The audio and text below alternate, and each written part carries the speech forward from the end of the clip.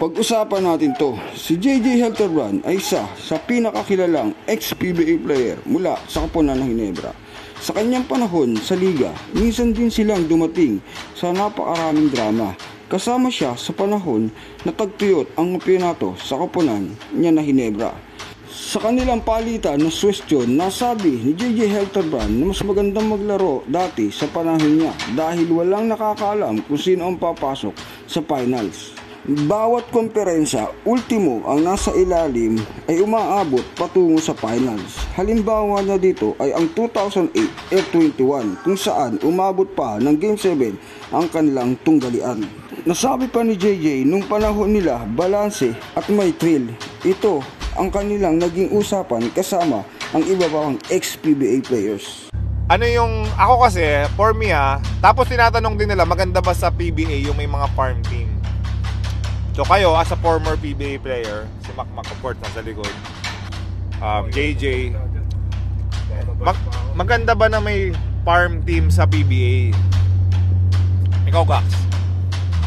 Dapat pare-paras lang ng para sa akin dapat walang farm team para siyempre maganda yung competition ng basketball, di ba? Para sa akin tsaka dapat mas maraming team sa PBA para maraming opportunity ibang players na makapaglaro. Kasi ngayon konti lang yung teams di ba? Tapos siyempre yung mga ibang magpapatrap,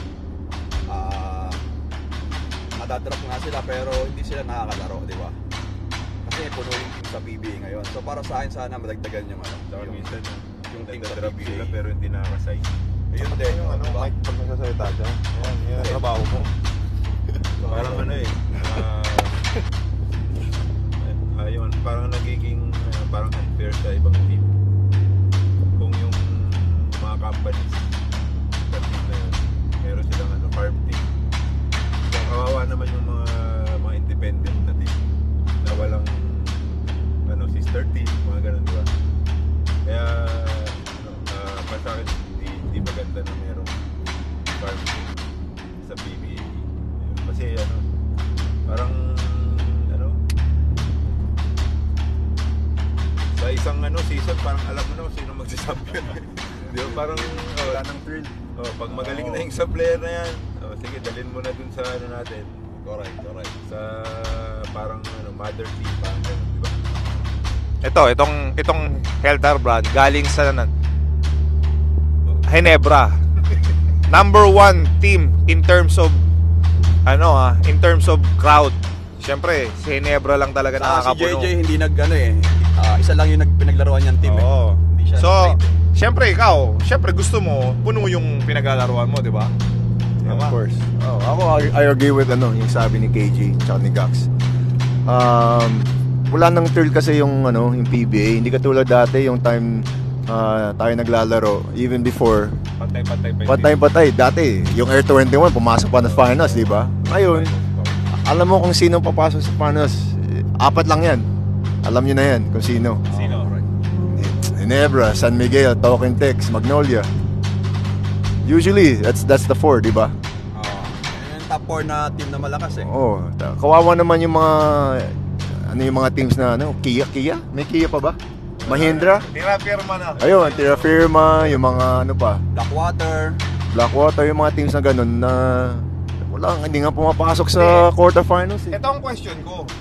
Si Tira Firma sa si Blackwater, bakit tinitrade nila yung best player nila? Ayun nga. Hindi naman bro. Kasi yung mga fans, hindi naman, alam nila, they know what's going on. Hindi mo na kailangan i-explain niya kasi they know. That's why a lot of the fans from the PBA are hindi na nanonood kasi alam nila na parang scripted na alam mo yun. Sayang ako siyempre Blackwater parang siya kino-consider ko siya as parang independent. May mga Ito kanyang best player lagi na trade. Ito na nga siyempre sa mga sinasabi natin na farm teams, hindi naman sila aamin na hindi farm teams kami, di ba? May mga owners din yan, kaya lang parang humihingi sila ng support dun sa mas malalaking company na may mga teams. Financial? Hindi natin alam kung sa business like sa business perspective ba or sa basketball, di natin alam, di ba?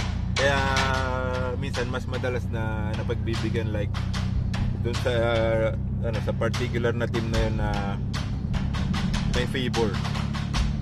Like halimbawa, kakausapin nila yung team na yun na may player kayo dyan na na gustong-gusto namin, so ganyan. Baka naman pwedeng natin balik. Isang case.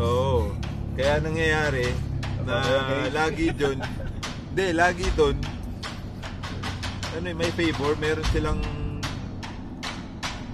something na dyan. May agreement na. May agreement. Problema, ang nangyayari kasi, yung lalong lumalakas yung team na malakas na. Tapos yung mahinang yung may palakas na team, kinukuha nila yung player na magagaling, humihina. Kaya parang hindi na hindi na equal no? Ikaw, Mac, ano masabi mo? Kung nagustuhan mo ang aking video, paki-like, share at magkomento ka na rin kung anong iyong masasabi. Pakipindot na rin ang subscribe button para updated ka sa mga susunod na video. Salamat po sa panonood. Ginebra fans ka man o hindi, sang-ayon ka ba sa sinabi ng mga ex-PBA player at ni JJ Helterbrand sa nangyayari sa PBA ngayon?